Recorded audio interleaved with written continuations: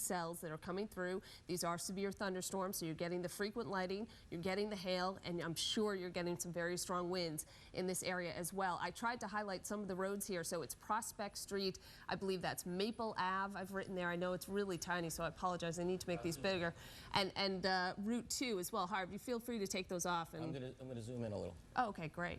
And we'll get it a little closer so you can see it looks like it's basically heading toward the center of Leominster, and Route 2 is prime here. But again, as you mentioned, some of those darker colors are starting to evaporate a little bit, which is that's what we want to see. No question about it. They're starting to reduce in size. But you know, if you're over Maple Ave right now, you want to know if the world's ended. I mean, this is coming down with ferocious intensity, and then you're over in Harvard, and there's nothing going on. So, you know, it is really small and isolated.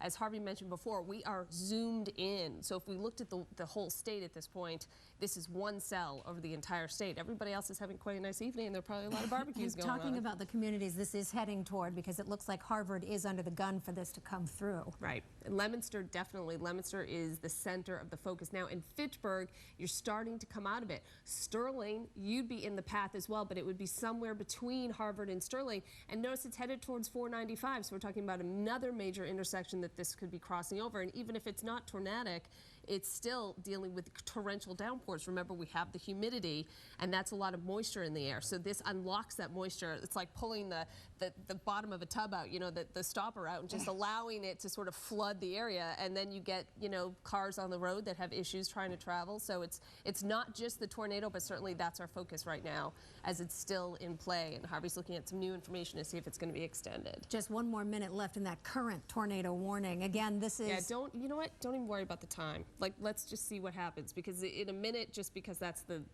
man-made time we put on it, Mother Nature has her own ideas. Yeah. What a great point. But again, the reason that we are continuing our coverage here, and you're not seeing Chronicle, is because of the immediate threat to people living in these communities where you see the darkest and the brightest colors here, as there is a tornado warning that's in effect. And let's go on over to Harvey for the latest information he's just gotten. Harv? All righty. Well, we're going to be having to deal with this longer because the tornado warning is being extended. Here is the story now. Tornado warning is now in effect for the central part of Worcester County, which includes Leominster, and this is until 8:30 now. Okay, so Leominster is involved in this, and that's because this is probably right up in here is where the hook action is, okay, where the craziest wind is and the spinning of the situation. It's basically what we call a mesocyclone, okay? So that's what happens with that, and it's moving off to the east-southeast. So we have all of this out ahead of it, undoubtedly strong winds, hail, the vivid lightning, but the rotation is being spotted most likely around here. It's still in evidence on radar as it moves off to the southeast. So tornado warning for central Worcester until 8:30.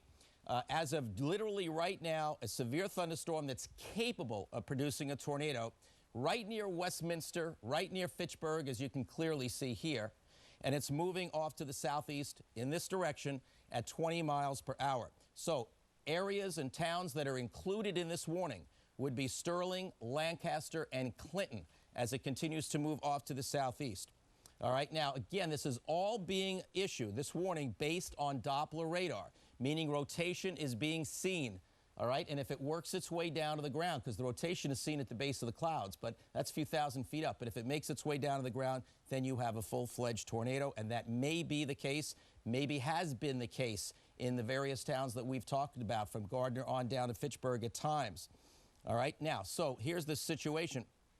I think we're going to go over to Weather 1 for a moment, because we have some information there that I wanted to share with you. Not only the fact that we're seeing all the hail markers with this and the three-dimensional effects with this, but tornado safety is so important. We don't have this situation all that often, but as we keep telling you, you want to move to the lowest level, the lowest part of your structure, whatever that may be, a basement.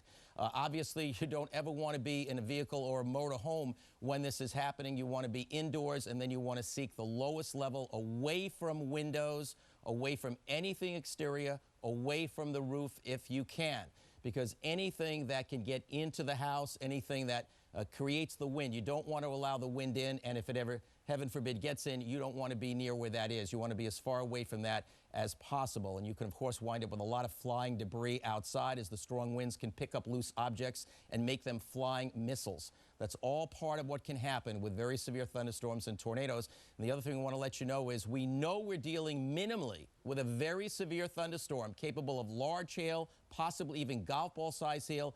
Damaging winds, even straight line winds or a microburst is likely even if there isn't a tornado occurring in the locations we're talking about. But again, it is possible because radar continues to see rotation with this particular storm. So I wanted to basically go over the safety rules are so important when we have a tornado warning. So if you're an affected community, it's best to listen to what we're saying, do that, and let the time pass. But once again, we're talking until 8:30 tonight now that we have these tornado warning. Once again, it's for central Worcester County. It includes Leominster. We again continue to see this possibly producing a tornado in here. It is possible, and it continues to move to the southeast. So Sterling, Lancaster, Clinton, all in line for a possible tornado and at least a very severe thunderstorm, which is a damaging storm.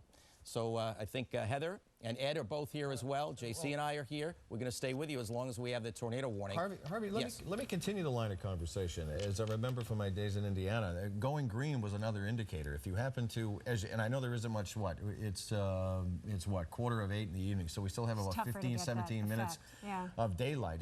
But if things should turn green, that could be another indicator of what's happening in the area. But it's still going on till 8:30, which, people might say, wait a minute, the sun's going down at 8 o'clock. Where's the energy coming from? Well, basically, we have a very strong disturbance at high levels of the atmosphere. And when you have a strong disturbance at high levels of the atmosphere, it can keep this situation going even beyond the daylight hours. When we have weaker disturbances at high levels of the atmosphere, you can still have strong thunderstorms, but it needs the heating of the sun more and more.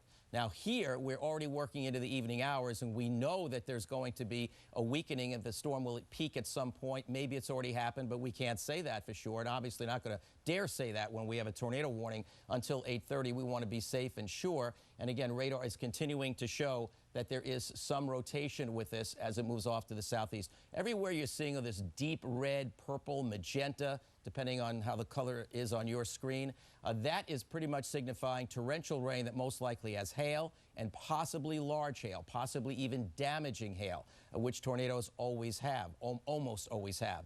The vivid or continuous lightning, the torrential rain, and the damaging winds, and it's usually the wind which is really, of course, the most significant factor at all with a tornado. So that's what we're talking about, and it's continuing to move off to the east-southeast. You could see it as time goes on. Harvard is just beginning to get impacted now by the edge of the storm as it continues to move, and you can see definitely there's concern there because it looks like it's headed away. That's a live look at it, yes, right? and here you're seeing, see, this is the rotation? Yeah. That's signifying rotation. And when you have rotation like that at the base of the clouds, it means you have a counterclockwise circulation of very, very strong winds. And when it goes in a circular motion, if that translates to the ground, the damage can be all circular and twisted.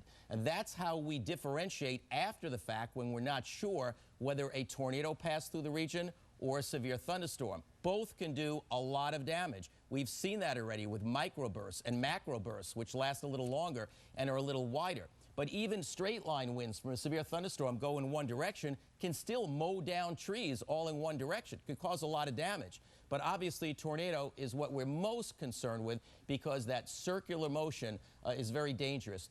And when we talk about a hook echo that we often see on radar, with that, basically what you're doing with this, and the reason why it's seeing rotation, is when Doppler radar sees very strong winds in one direction and right next to the same point, strong winds in another direction, the opposite direction, that means there's circulation. We call it a mesocyclone. We mean there's rotation at the base. A funnel can form, work its way down to the ground, and then you would have a tornado on the ground. Hey, Harvey, I'm looking at the cell behind you in the orange area. And that appears to be a small one, but I haven't noticed that one before. That's not in a tornado warning category at this point, no, but it's at least a severe thunderstorm warning. You're also seeing hail markers with that as well. But notice the one that's showing the rotation is this one. So this is the one, at least so far, that has been possibly tornadic, could still possibly be tornadic. The rotation is still showing up, as it moves southeast. And yes, we have another strong storm off to the north of it. In fact, we have a couple of areas of hail showing up. There's also severe thunderstorm warning up even in southern New Hampshire around the Manchester area. So there are storms. They're all strong.